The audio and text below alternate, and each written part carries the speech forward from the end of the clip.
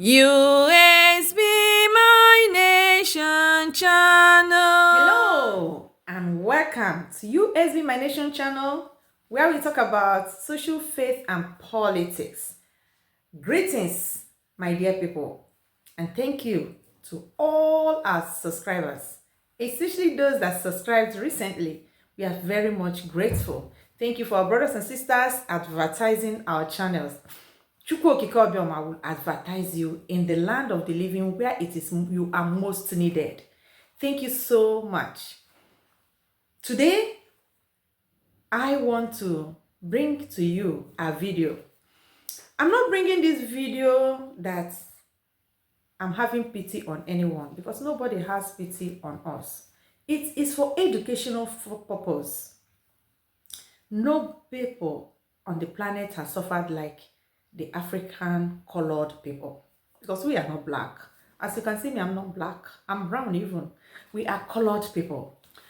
And when we see what is happening and the truth coming from those that think they are superior to others, it is good to use it as a reference to what we are saying. And that's why I am bringing this very video. And it is talking about what we all know is going on today in Iran. We never wish anybody to die. We Biafrans, we like, our name is live and let live. We never wanted any war. We don't like it. God created us all equal. But some people has placed themselves above others. And it cannot work, because when you are holding my thing that I know it is my thing, it is only for a while. You're going to bring your hand down and I will take it. Except if I have not realized that that thing you are holding belongs to me, or if I have not made up my mind to do so. If not, it must. Once I'm dragging it and calling on Chukwu Okike Obioma, you must bring down your hand for me to take what belongs to me, because it is a natural law. And that is exactly what is happening in Iran. And that's exactly what happened on the declaration of the United States of Biafra. Whether Britain, the West, the Caucasians, whatever, whether they like it or not, our freedom is now in our hands. So this very video, I want to bring it for you to tell me what you think about the UN. You remember early this year when we just entered President Donald Trump, the man that is making wave everywhere. No one is perfect, but this man is doing a great job. To the voiceless, if you like, you agree, this is my own opinion.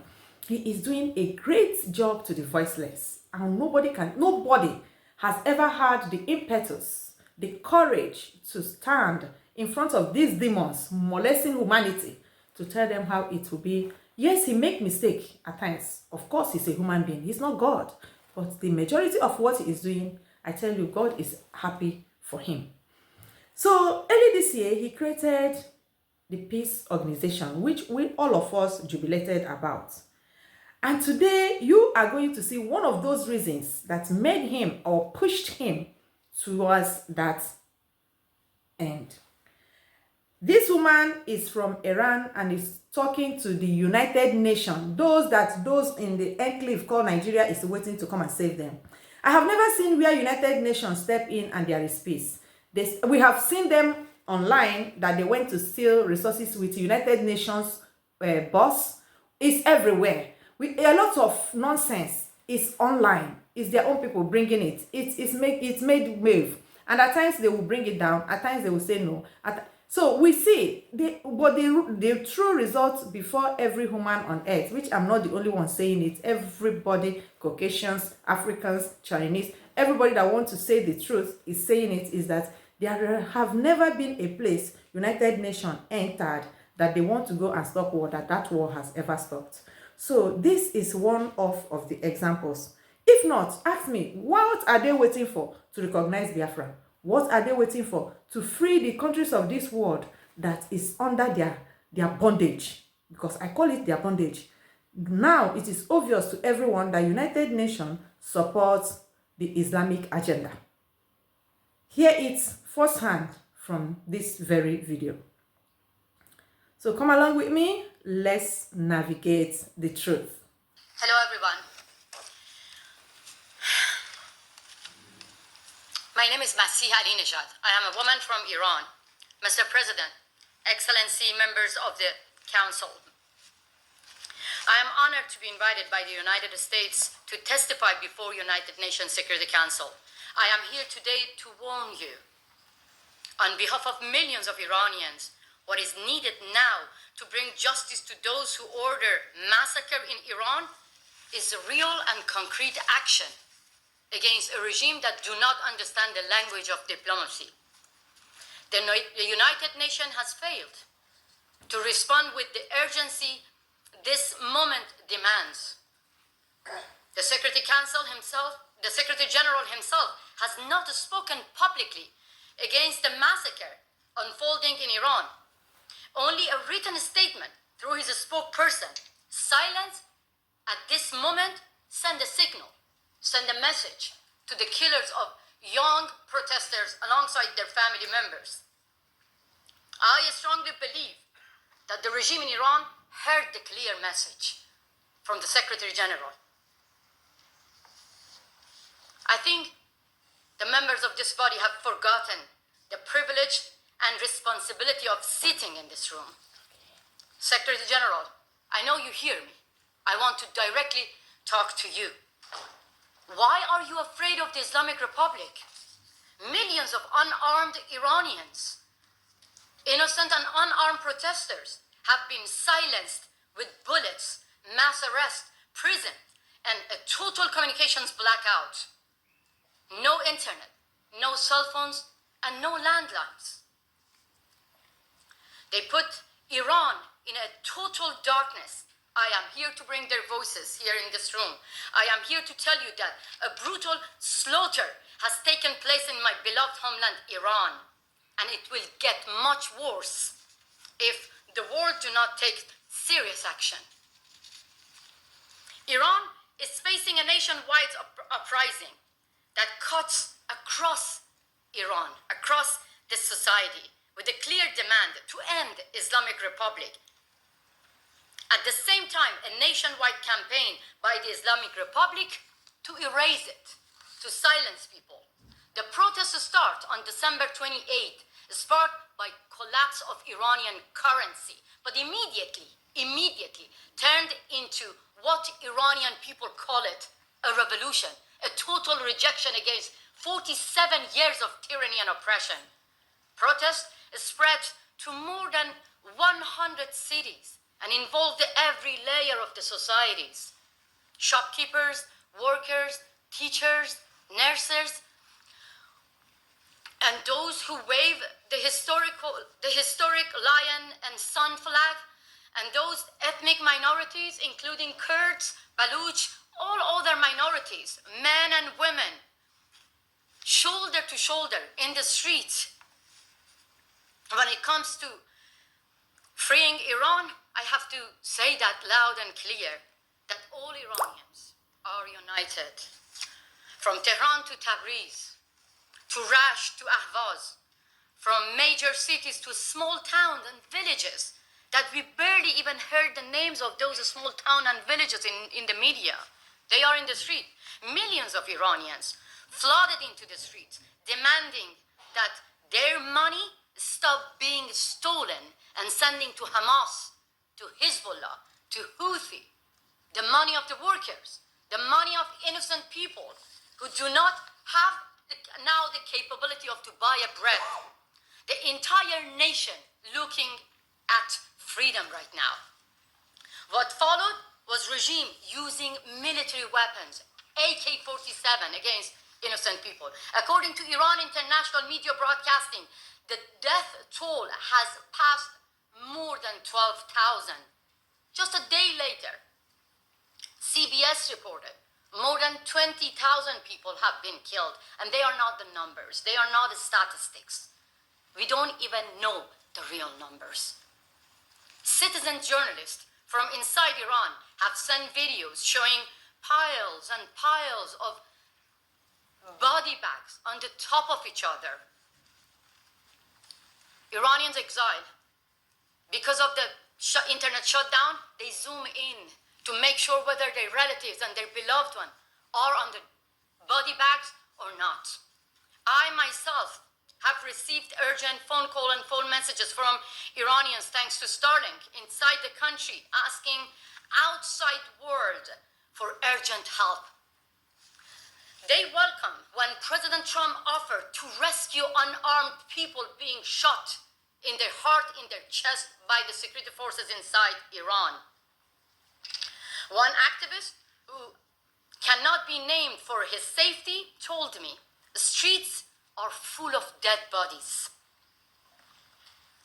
They are finishing off the injured in the street. They told me the security forces have stormed into hospitals and taking away the injured. I have also received multiple messages from families of victims who say the security forces forced them to pay money to take the dead body of their beloved one to bury them. On January 8, 2026, the Islamic Republic shut down the internet and imposed a technical blackout. Not to stop protests, because people are fed up and they are in the streets anywhere, but to hide their crimes, their brutality. This was not a technical mistake or failure, it was deliberate.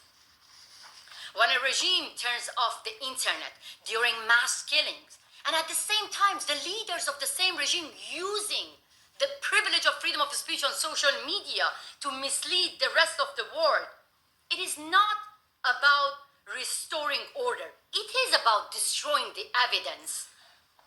Destroying if it was not the evidence. for starting inside Iran, we couldn't have been able to have even these informations. The Islamic Republic does not limit its crimes within its own borders. They kill their opponents at home and target those who expose their brutality abroad. Here, even here, on U.S. soil, and every corner of the world. I want to stop it here. Everything this woman said, we as Biafrans has already experienced. The enclave called Nigeria people has also experienced. If we remember, during the time of this protest, they are accusing our leader, Mazi Nnamdi Kanu. Tinubu, that is their president now, did the same. He put the streets off with the military and used gun to destroy lives, and they hid it. They didn't want people to see it. In Biafra land, they did the same. In fact, today, people that are protesting are going home with BLOOD. So that shows you that Islamic agenda is the same everywhere in the world. And as we have heard from the social media, it is this Iran that is sponsoring them everywhere, which made President Donald Trump, a man I respect, to come to Nigeria to do what he did on the 25th of December, giving them a Christmas gift for them to go and live very peacefully with their 10 virgins, wherever they call their heaven. Now I ask, what use is the United Nations to the world? So you can see the reason why President Donald Trump see no reason to mingle himself with deceivers, with those that will tell you white when everything is black, and will tell you green when everything is blue. So this video has said it all. This is exactly everything she said here. They destroy evidence, they destroy life, they destroy the lives of their opponents, anyone that stand up for human rights, but they will use the same platform of human rights to speak. Then I ask, who are behind these people? Why is it that the Westerners are not talking too much about it? Why is it that some citizens of this world, politicians, have seen crisis time to be of benefit to them? They gave us human rights, but they never respected human rights. And when human rights are supposed to be spoken, all of them go silent. Just like what we are suffering in the country of the Biafra people, the Biafra nation. The United States of Biafra long ago has been, our fathers fought a war, they have first-hand information. We are saying it because they know, they have the records, it's online, it's their property. Have they done anything? They refuse to do something. But we have stood up to take what belongs to us, because that land is our bona fide inheritance. And no one can take it away from us. And that is the journey where we are. And I thank every citizens of this world standing up for the truth at this critical time and making the demons to go to where they belong to, because they must go to where they belong to for humanity to have peace. They try to silence us. They call it human racism. When you tell them the truth, they give it a name to get you shut up. But when they commit their own crimes, nobody can get them shut up. But the truth will always shut them up. They can buy everywhere, but the truth is what they cannot buy. So tell me what you think, my people. Do not forget, this is U.S.B, my nation channel, where we bring to you about social, faith, and policies. What is happening in Iran is not unique. It is happening in Biafra land. It is happening in many countries of the world that no one hears their voices. It is time for people to call the United Nations for who they are, because they are deceivers, they are liars, they don't mean good for humanity. If we come together as a nation unitedly and you side one-sided people, you called the Islamic, because that is exactly what they are doing, then what is the meaning of the unity? That means there is no truth. Because if you want us to be friends, we will have to stand our friendship on truth. That is the only time it will work. Equity and justice. United Nations, my question to you, where are the equity, the justice to humanity, to the voiceless? Suppose you are there for the voiceless. Where is justice for them? Thank you so much. Bring in your comments so that we conclude this video. I love you.